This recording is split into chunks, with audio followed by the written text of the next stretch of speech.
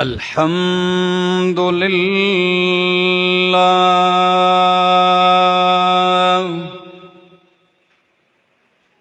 الحمد لله رب العالمين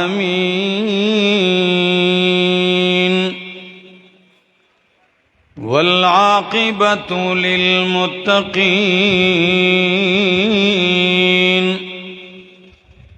والصلاة والسلام على أشرف الأنبياء وإمام المرسلين وعلى آله وأصحابه وأهل بيته أجمعين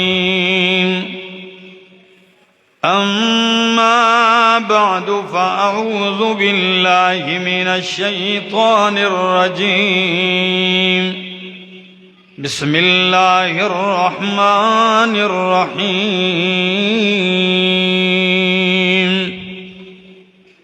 ألف لام را تلك آيات الكتاب الحكيم أكان للناس عجبا أن أوحينا إلى رجل منهم أن أنذر الناس وبشر الذين آمنوا أن لهم قدم صدق عند ربهم قال الكافرون إن هذا لساحر مبين وقال تعالى ألف لام را كتاب أحكمت آياته ثم فصلت من لدن حكيم خبير ألا تعبدوا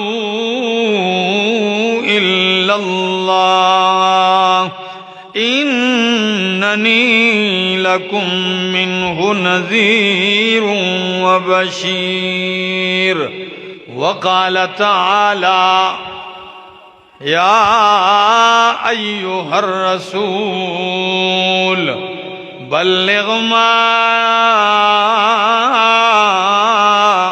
أنزل إليك من ربك وإن لم تفعل فما بلغت رسالته والله يعصمك من الناس وقال النبي صلى الله تعالى عليه وسلم إنما بعثت معلما وقال عليه الصلاة والسلام إنما بعثت لأتمم مكارم الأخلاق سبحان ربك رب العزة عما يصفون وسلام على المرسلين والحمد لله رب العالمين.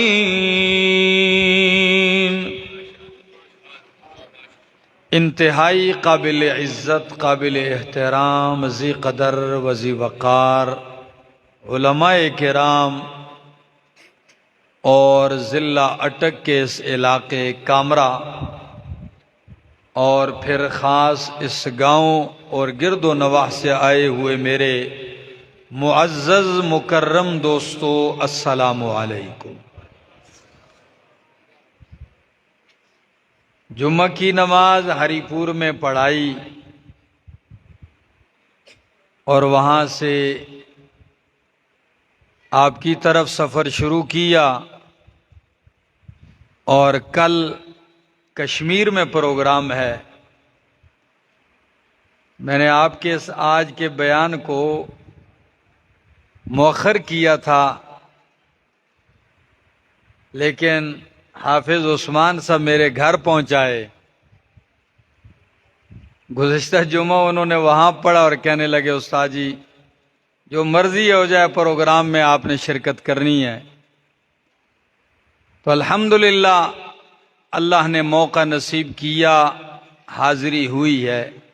دعا گو ہوں اللہ ہمارا بیٹھنا سننا سنانا اپنی بارگاہ میں اپنی رضا کے لیے قبول اور منظور فرمائے، اور اللہ ایسے بول سکنے کی توفیق نصیب فرمائے کہ جو بول اللہ کی بارگاہ میں شرف قبولیت پا کر میرے لیے اور آپ سب کے لیے نجات کا ذریعہ بن جائیں. اشتہار پہ نظر پڑی تو عنوان تھا مقصد آمد مصطفیٰ صلی اللہ علیہ وسلم، کہ نبی اکرم صلی اللہ تعالی علیہ وسلم کی آمد کا مقصد کیا ہے.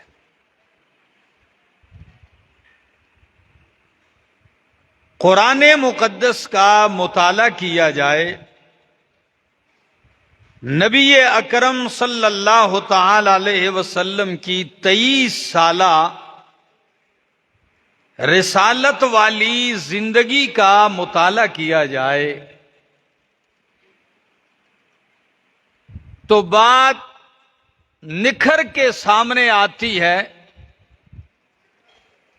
کہ اللہ رب العزت نے امام الانبیاء محمد الرسول اللہ صلی اللہ علیہ وسلم کے سر پر نبوت کا تاج سجایا اور آپ کو مبعوث فرمایا ہی اس لیے تھا کہ انسانیت کفر اور شرک کے اندھیروں سے نکل کر نور ایمان اور نور توحید کی طرف آ جائے. اللہ کے بندے بندوں کی بندگی سے نکل کر بندوں کے رب کی بندگی کی طرف آ جائیں،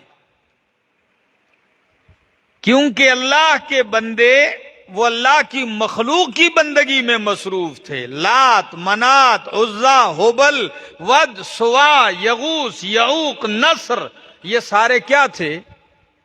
یہ اللہ کے بندے اللہ کی مخلوق ہی تو تھے.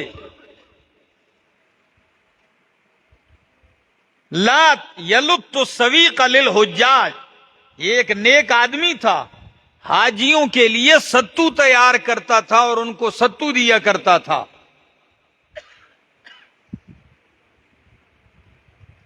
یہ نیک لوگ تھے. شیطان نے اللہ کی بندگی سے نکالا اور اللہ کی مخلوق اور بندوں کی بندگی میں لگایا. اور قرآن مقدس بھی کہتا ہے کہ میں نے اپنے پاک پیغمبر صلی اللہ تعالی علیہ وسلم کو مبعوث فرمایا اور انہیں قرآن دیا. کس لیے دیا؟ فرمایا الف لام را کتاب، اللہ کتاب اے ھذا کتاب، یہ شان والی عظمت والی رتبوں والی کتاب ہے. احکمت آیاتہ، اس کی آیتیں مضبوط کی گئی ہیں، محکم کی گئی ہیں. ثم فصلت، پھر اس قرآن کی آیتوں کی تفصیل کی گئی ہے. کس کی طرف سے تفصیل کی گئی ہے؟ من لدن حکیم خبیر، اس حکیم اور خبیر ذات کی طرف سے تفصیل کی گئی ہے. کامرے والو، وہ تفصیل کیا ہے جو اس محکم کتاب کی گئی ہے؟ کیا تفصیل کی گئی ہے؟ قرآن کہتا ہے اللہ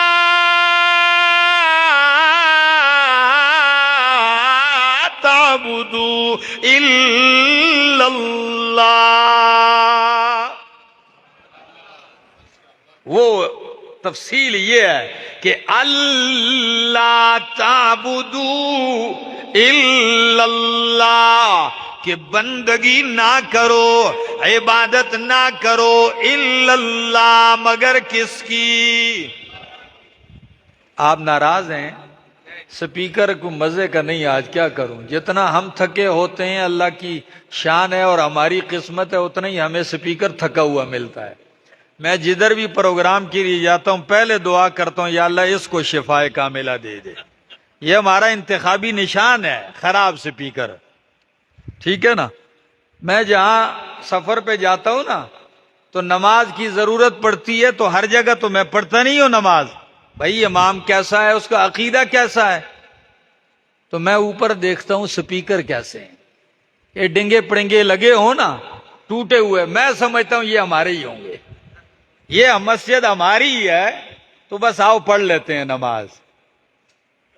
مبتدئین کے آپ دیکھ لیں، 4 آدمی مسجد میں بیٹھے ہوں گے، پورا محلہ حرکت کر رہا ہوگا، سپیکر اتنے ہوں گے۔ تو بہرحال اللہ پاک سے توفیق مانگتے ہیں، اللہ ہمت دے، توفیق دے۔ 2-4 باتیں عرض کر کے آپ کی جان چھوڑتا ہوں۔ فرمایا اللہ تعبدو الا اللہ، کہ بندگی نہ کرو الا اللہ، مگر اللہ کی۔ یہ مقصد ہے قرآن کے آنے کا اور یہی مقصد ہے پیغمبر کے آنے کا۔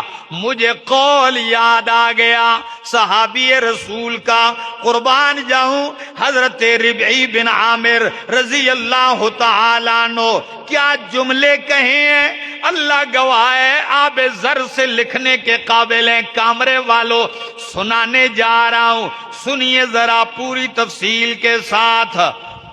ایران کا بادشاہ ہے، اس نے اپنی فوج بھیجی ہے اور فوج کا سپہ سالار ہے رستم۔ کیا نام تھا اس کا؟ رستم۔ وہ اپنی ساری فوج لے کے آیا ہے اور خلافت ہے فاروق اعظم رضی اللہ تعالیٰ عنہ کی۔ اس علاقے میں حضرت ابو عبیدہ بن جراح رضی اللہ تعالیٰ عنہ ہے۔ اب فوج بھیجی ہے رستم کی، لاکھوں فوج ہے۔ کسی نے دل میں خیال آیا رستم کے کہ یار ویسے ہی حملہ کرنے سے پہلے پوچھ تو لیں چاہتے کیا ہے مسلمان۔ نے پیغام بھیجا مسلمانوں کی طرف کہ اپنا کوئی نمائندہ سفیر بھیجو جو مذاکرات کرے جنگ سے پہلے۔ نظر ڈالی گئی،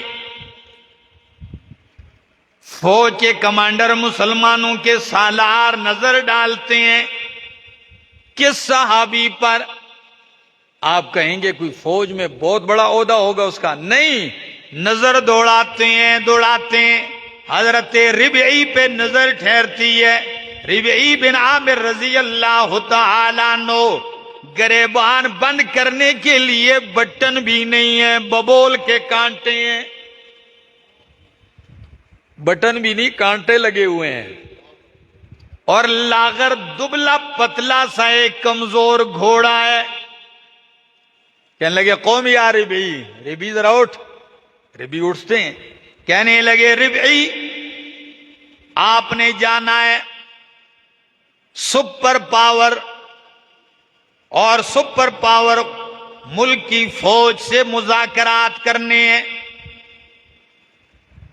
لیکن خیال رہے کپڑے تبدیل نہیں کرنے، اسی لباس میں جانا ہے۔ کیوں؟ اللہ نے ہمیں یہ رنگ برنگ کپڑوں اور جوڑوں سے عزت نہیں دی ہے، اللہ نے ہمیں عزت قرآن اور اسلام کے ذریعے دی ہے۔ اللہ اکبر ہے، عزت ہمیں سے ملی ہے، چھوڑو کپڑے شپڑے ایسے ہی، اور اسی دبلے لاغر گھوڑے پہ جانا ہے۔ قربان جاؤں ربی، تیری جرت پر ہو فقیر و درویش، یہ بھی نہیں کہا کہ چیف صاحب اتنی بڑی فوج کے کمانڈر سے مذاکرات کے لیے بھیج رہے ہو، کوئی کمیٹی بناؤ، کوئی وفد بناؤ۔ نہ امیر نے کہا، نہ اس درویش نے کہا، ترکش اٹھایا، نیزہ اٹھایا اور گھوڑے پہ چھلانگ لگائی، ایڑی لگائی، چل بھائی۔ اللہ گواہ ہے، عجیب لوگ تھے خدا کی قسم۔ بتانے لگا ہوں، ذرا سنیے۔ پہنچتے ہیں ادھر رستم، اسے انتظار ہے، مسلمانوں کا وفد آنے والا ہے۔ دور دور تک اس نے قالین بچھا دیے صحرا میں، حد نگاہ تک دور دور قالین ہی قالین بچھے ہوئے ہیں۔ اور پھر ان قالینوں پہ اپنا تخت لگا دیا، تخت پہ رستم بیٹھ گیا تاج پہن کے، اور تخت پہ چڑھنے کے لیے دور تک راستہ بنا دیا ایک سڑک نما قالین پہ، اور دونوں جانب تکیے رکھ دیے۔ اور تکیے بھی کون سے تکیے؟ گول تکیے، ان کے اوپر کشیدہ کاری ہوئی ہے، کڑائی ہوئی ہے سونے کے تاروں سے، سونے کا تاج پہنا ہوا تخت پہ۔ یہ کیوں کیا اس نے؟ کہ مسلمان آئے گا، ان مزوں کو یہ چیزیں دیکھے گا تو وہ اپنی باتیں بھول جائے گا، بس ہماری ہاں میں ہاں ملانے لگ جائے گا، جیسے دنیا میں ہوتا آ رہا ہے آج کل۔ چنانچہ ربعی پہنچتے ہیں، رستم فوج کھڑی کی ہوئی ہے، تخت پہ آیا ہوا ہے۔ انہیں کیا معلوم تھا کہ مسلمانوں کا وفد کیا ربعی تنے تنہا آ گیا؟ جا کے کھڑا ہوا، گھوڑے اوپر کھڑا ہے اور قالین کے اوپر گھوڑا چڑھا دیا۔ سیکورٹی والوں نے روکا، اللہ کے بندے ٹھہر جاؤ، کدھر جا رہے ہو؟ کہنے لگی کدھر جا رہا ہوں، آپ کا دماغ ٹھیک ہے؟ آپ نے بلایا ہے اور ابھی کہتے ہو کدھر جا رہے ہو؟ میں کہا آپ کون ہیں؟ کہنے لگی آپ جاؤ رستم سے کہو آپ نے بلایا، میں تو بات کرنے آیا ہوں۔ انہوں نے کہا اگر آپ نے بات کرنی یہ اسلحہ اتارو، ایسے اسلحے سے لیس جاؤ گے؟ اسلحہ بھی اتارو، گھوڑا بھی نیچے باندھو اور جاؤ۔ کہنے لگا بات کرنی ہے ٹھیک ہے، نہیں تو گھوڑے کو ادھر ہی سے ایڑی دوں گا، واپس چلا جاؤں گا۔ وہ بھی حیران ہے بھئی، ایک سے دو نہیں مانتا۔ جا کے رستم سے کہا کوئی بندہ آیا ہے دبلے لاغر سے گھوڑے پر، اور اتنا سخت مزاج ہے کہ ایک سے دوسری بات نہیں ہو سکتی اس کے ساتھ۔ رستم نے کہا بھائی اسی کو آنے دو، اسی طرح آنے دو اس کو۔ علامہ شبلی نعمانی الفاروق میں لکھتے ہیں، اور کمال کا لکھتے ہیں، کہتے ہیں ربعی قالین پہ گھوڑا چڑھایا اور تھوڑا سا آگے لے جانے کے بعد اترتے ہیں گھوڑے سے، اور گھوڑا تکیے کے ساتھ باندھ دیا۔ کس کے ساتھ؟ تکیے کے ساتھ گھوڑا باندھ دیا۔ اب جب باندھا گھوڑا، جانے لگے، نیزہ ہاتھ میں، ترکش پیچھے، تیر بھرے ہوئے ہیں اس میں، نیزہ ہاتھ میں، اور چلتے ہوئے کیا کرتے ہیں؟ ایسے قالین پہ مارتے جا رہے ہیں، اور قالین میں سوراخ بھی ہوتا جا رہا ہے۔ سارے حیران، عجیب آدمی ہے، لاٹھی کی جگہ نیزہ آ رہے ہیں، قالین ساری سوراخ کر دی، اور کبھی ترچھی ایسے بھی مار دیتے ہیں تکیے میں بھی سوراخ کرتے ہوئے جاتے ہیں۔ آپ کہیں گے کیا کوئی دماغی؟ جن چیزوں پہ تم مر مٹتے ہو، ہم چلتے چلتے رستم کے سامنے آ کھڑا ہوا، جی صوفے پر بیٹھیے۔ کہنے لگا اٹھاؤ صوفہ۔ میں صوفے پہ بیٹھنا پسند نہیں کرتا ہوں، ادھر نیچے ہی بیٹھوں گا۔ تو ان کو کہنے لگے او بدو، دیہاتیو، عربیو، کیا چاہتے ہو؟ پوری دنیا کو تم نے ہلا کے رکھ دیا ہے، چونکہ خلافت فاروق اعظم کی ہے، 22 لاکھ مربع میل پہ اسلام کا پرچم لہرا رہا ہے، کیا چاہتے ہو؟ آمد مصطفیٰ کا مقصد، ساری گفتگو اس بات کے لیے، سنیے ذرا۔ رستم کہنے لگا کیا چاہتے ہو؟ ربعی کہنے لگا بتاؤں کیا چاہتے ہیں؟ کہنے لگا ابتعثنا اللہ، ابتعثنا اللہ، ہم آئے نہیں، ہم بھیجے گئے ہیں، اللہ نے ہمارا انتخاب کیا ہے۔ کس لیے کیا ہے؟ لنخرج العباد من عبادت العباد الى عبادت رب العباد۔ اللہ اکبر. اس لیے آئے لنخرج العبادہ، تاکہ ہم بندوں کو نکالیں من عبادت العباد، بندوں کی بندگی سے، الی عبادت رب العباد، بندوں کے رب کی بندگی کی طرف. یہ چاہتے ہیں کہ ہم بندوں کو بندوں کی بندگی سے نکالیں. کس کی طرف؟ بندوں کے رب کی بندگی کی طرف. اور یہی مقصد میرے پاک پیغمبر صلی اللہ تعالی علیہ وسلم کی آمد کا ہے. میں نے سورہ ہود کی پہلی آیت اور دوسری پڑھی، اور یہی سورۃ ہود آپ آگے پڑھتے جائیں گے تو کئی پیغمبروں کا لگاتار ذکر ہے. ہر پیغمبر کہتا ہے یا قوم اعبدوا اللہ، ہر پیغمبر یہی کہتا ہے یا قوم اعبدوا اللہ ما لکم من الہ غیر.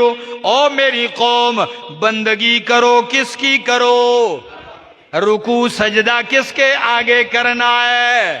نظر نیاز کس کے نام کی؟ منت منوتی کس کے نام کی؟ اور یہی قرآن کہتا ہے قل، میرا پاک پیغمبر اعلان کر دیجئے، ان صلاتی و نسکی و محیای و مماتی للہ رب العالمین. کیا عجیب الفاظ ہیں قرآن کے. فرمایا میرا پاک پیغمبر اعلان کر دیجئے، میری نماز، میری قربانی، ان صلاتی میری نماز، و نسکی میری قربانی، و محیای و مماتی میرا مرنا میرا جینا، للہ کس کے لیے ہے؟ نماز کس کے لیے؟ قربانی کس کے لیے؟ مرنا جینا اللہ کے لیے.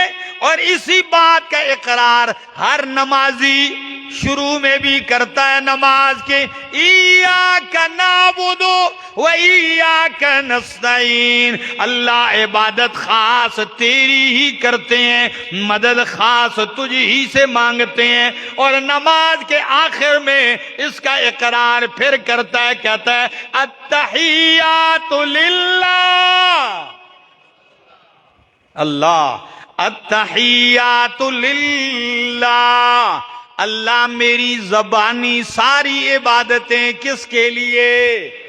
تیرے لیے. التحیات للہ، قولی ساری عبادتیں للہ، اللہ کے لیے. تو کامرے والے پوچھوں کوئی بات جواب دو گے کہ نہیں دو گے؟ اچھا، زبانی عبادتیں کیا ہیں؟ سچ بتاؤ. یا اللہ، یا رحمان، یا رحیم، یہ زبانی عبادت ہے کہ نہیں؟ نہیں ہے. یا اللہ، یا رحمان، لا الہ الا اللہ. تو یا اللہ ہو یا رحمان یہ زبان کی عبادت ہے، تو یہ کس کے لیے ہونی چاہیے؟ تو یا اللہ اگر اللہ کی عبادت ہے تو پھر غائبانہ اگر کوئی اور کہتا رہے، یا غوث کہتا ہے یا فلاں یا فلاں، اس کی ورد لگائے ہوئے ہے، تو سچ بتاؤ یہ کہنے کے قابل ہے کہ اللہ میری زبان کی عبادتیں تیرے لیے؟ یہ تو غیر کے لیے کر رہا ہے. آپ کہتے ہیں والصلوات، بدنی عبادتیں، تو بدنی عبادتوں میں رکوع ہے، سجدہ ہے. تو رکوع اور سجدہ کس کے آگے؟ آپ دیکھ نہیں رہے؟ میڈیا نے تو ساری چیزیں کھول کے رکھ دی ہیں. آپ دیکھو جا کے پیروں کے پاؤں میں سجدے ہو رہے ہیں کہ نہیں؟ اور اللہ کے بندے وہ بھی ایسے فرعون بنے بیٹھے ہوئے ہیں، کوئی پاؤں پہ سجدہ کرنے آتا ہے تو آستے سے پاؤں آگے بھی کر دیتے ہیں، رہا اوکھا نہ ہوئے سوکھا ہو کے سجدہ کر. منع کرنے کے بجائے وہ پاؤں اور پھیلا دیتے ہیں کہ اور جھک جائے. ہائے ہائے. پوچھے کوئی، کہتے ہیں یہ تعظیم ہے. کیا ہے؟ یہ تعظیم ہے. میں کہتا ہوں ہو جس میں عبادت کا دھوکہ، ہو جس میں عبادت کا دھوکا، بندوں کی وہ تعظیم نہ کر۔ جس میں عبادت کا دھوکا ہے، بندوں کی وہ تعظیم نہ کر۔ سجدہ کس کے آگے، جھکنا کس کے آگے؟ سید الانبیاء، امام کائنات ہے صلی اللہ تعالی علیہ وآلہ آلہ وسلم۔ صحابی کہتے ہیں اللہ کے رسول، ہم دیکھتے ہیں اپنی قوموں کو، خاندانوں کو دیکھتے ہیں کہ لوگ اپنے بڑوں کو جھکتے ہیں۔ کیا کرتے ہیں؟ جھکتے ہیں، سجدہ کرتے ہیں تعظیم کا۔ تو آپ زیادہ لائق ہیں، آپ سے بڑا کون ہے؟ آپ سے زیادہ تعظیم اور احترام کے قابل کون ہے؟ تو ہم آپ کو تعظیماً سجدہ کر لیا کریں۔ ہمارا دل چاہتا ہے۔ اب آپ سے ایک بات پوچھوں کامرے والوں، یہ صحابی نے جو پوچھا اور اجازت مانگی، یہ عبادت کے سجدے کی اجازت مانگی تھی؟ جی ہاں، اس دھوکے میں کوئی نہ رہے۔ کس کی اجازت مانگ رہا ہے صحابی؟ تعظیم کا سجدہ، احتراماً آپ کے سامنے جھکنے کو جی چاہتا ہے۔ تو جواب سنی، اللہ کے پاک پیغمبر صلی اللہ تعالی علیہ وآلہ آلہ وسلم فرماتے ہیں، سن لو لو لأحد ان یسجد لأحد لأمرت النساء ان یسجدن لأزواجہن۔ اگر کسی انسان کے لیے کسی کے سامنے تعظیماً سجدہ جائز ہوتا تو میں بیویوں کو حکم دیتا کہ وہ خاوندوں کو تعظیم کا سجدہ بجا لائیں، لیکن اللہ کے سوا کسی اور کے سامنے نہ عبادت کا سجدہ جائز ہے نہ تعظیم کا، اس لیے بیوی خاوند کے سامنے بھی سجدہ، امتی نبی کے سامنے بھی سجدہ نہیں کر سکتا۔ اور اللہ کے پاک پیغمبر صلی اللہ تعالی علیہ وسلم کی وفات سے چند دن پہلے کے الفاظ ہیں، فرمایا لعن اللہ الیہود والنصارى، اللہ لعنت کرے یہودیوں عیسائیوں پر۔ کیوں لعنت کرے؟ اتخذوا قبور انبیائہم مساجدا، انہوں نے اپنے نبیوں کی قبروں کو کیا بنایا ہے؟ سجدہ گاہ بنائے۔ کامرے والو، سید الانبیاء رحمت کائنات کیا بھیج رہے ہیں ان لوگوں پر؟ لعنت بھیج رہے ہیں جو نبیوں کی قبروں کو سجدہ گاہ بناتے ہیں۔ تو کامرے والو، احمد جمشید کو جواب چاہیے، جب نبیوں کی قبروں کو سجدہ گاہ بنانے والا لعنتی ہے اور لسان نبوت سے لعنت برستی ہے، تو پھر پاکستانی چرسیوں اور بھنگیوں کی قبروں کو سجدہ بنانے والا کیا ہوگا؟ وہ رحمت کا مستحق ہوگا؟ وہ کہاں رحمت پائے گا؟ میرے دوستو، بات سمجھنے کی ہے۔ ایک اور جملہ کہنے لگا ہوں، حجر اسود جانتے ہو؟ کعبۃ اللہ کے کونے میں لگا ہے۔ ہر حاجی عمرے کرنے والا، طواف کرنے والے کی خواہش ہوتی ہے کہ مجھے موقع مل جائے میں اس کو چھو لوں، میں اس کو بوسہ دے دوں۔ اور اگر کوئی بوسہ اور چھو نہ سکے تو دور سے کیا کرتا ہے؟ بسم اللہ اللہ اکبر کہہ کے استعلام کرتا ہے، دور سے استعلام کرتا ہے۔ جنت کا پتھر ہے، حجر اسود ہے، جو چھوتا ہے استعلام کرتا ہے، گناہ جھڑتے ہیں۔ اتنا معزز فرشتہ سید الانبیاء نے چھوا ہے، اسے بوسہ دیا ہے، سید الاولیاء نے چھوا ہے اسے۔ لیکن فاروق اعظم طواف کرتے کرتے جب سامنے آتے ہیں تو چھونے سے پہلے، بوسہ دینے سے پہلے کچھ کہتے ہیں، سنا دوں آپ کو؟ کیا کہتے ہیں؟ انی عالم انک حجرون، او حجر اسود، اچھی طرح جانتا ہوں تو ایک پتھر ہے، لا تنفع ولا تضر، نہ تو نفع دے سکتا ہے نہ نقصان دے سکتا ہے۔ لولا رأیت رسول اللہ یقبلک ما قبلتک، اگر میرے مصطفیٰ نے تجھے بوسہ نہ دیا ہوتا میں تجھے بوسہ کبھی بھی نہ دیتا۔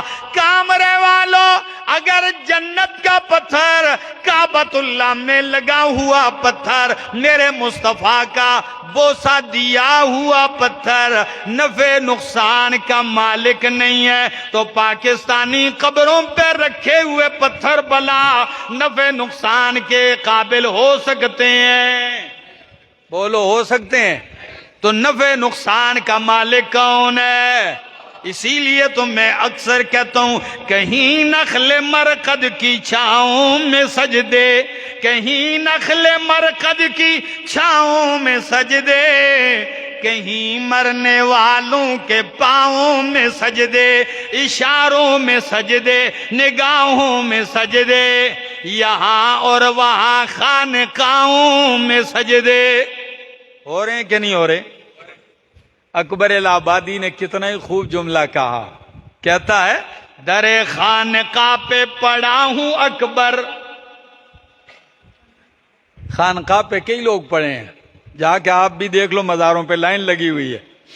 کسی میڈیا والے نے کسی مزار پہ کوئی زمانے سے پڑے مجاور سے پوچھا کہ جی آپ بابا کے خلیفہ ہیں؟ جی بس کرم ہے مالک کا۔ اچھا، نے کہا جی آپ نے بڑی عبادتیں کی ہیں؟ جی بیٹا عبادتیں تو ہم دیکھ لیں، عبادت کر کر کے ہی تو ہم پتلے اور سکھ گئے ہیں، گل سڑے ہوئے ہیں، لباس بھی بالکل مختصر سا ہے بدن پہ۔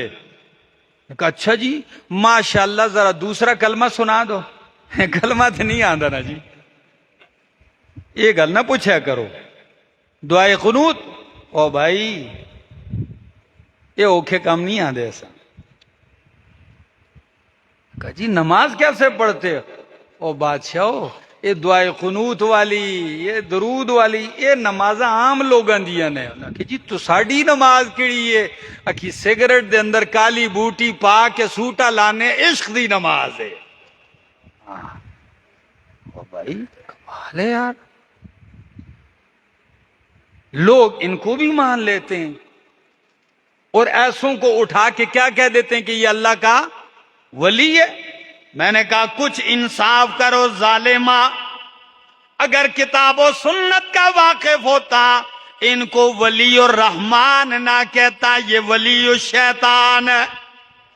کیونکہ بابا نے کیا خوب کہا، سادی بابا کہتا ہے کار شیطان میں کند نامش ولی، کار شیطان میں کند نامش ولی، گر ولی اینست لعنت بر ولی، شیطانوں کے کام کرتا ہے لوگ اسے ولی کہتے ہیں، اگر شیطان کے کام کرتا ہے تو ایسے پہ لعنت ہو۔ آؤ اللہ کا ولی کون ہے؟ کار رحمان میں کند نامش ولی، جو رحمان کا کام کرے ایسا ولی ہے تو سن لیجئے، کار رحمان میں کند نامش ولی، گر ولی اینست رحمت بر ولی، یہ ولی ہے تو ایسے ولی پہ اللہ کی رحمتیں ہوتی ہیں۔ میرے دوستو آئیے اپنا عقیدہ چٹان پہ مضبوط ریت کے ٹیلوں پہ پاؤں نہیں رکھیے کہ جدھر کوئی بہ جائے ادھر ہی بندہ بہ جائے، جدھر کوئی اونچی جگہ نظر آ جائے ادھر ہی سجدے شروع کر جائیں، جدھر ہی کوئی کپڑا شپڑا لٹکتے ہوئے نظر آئے تو ادھر ہی ٹھہر جائے اور جھکنے لگ جائے۔ میرا دوست اللہ کے ساتھ اپنا تعلق جوڑیے اور یہ عہد کیجئے کہ اللہ مرتے مر جاؤں گا، تیرا در چھوڑ کے کہیں اور نہیں جاؤں گا۔ یہی میرے پیغمبر کی آمد کا کیا تھا؟ مقصد تھا۔ اللہ ہم سب کو عمل کی توفیق عطا فرمائے۔ زندگی باقی، ملاقات باقی۔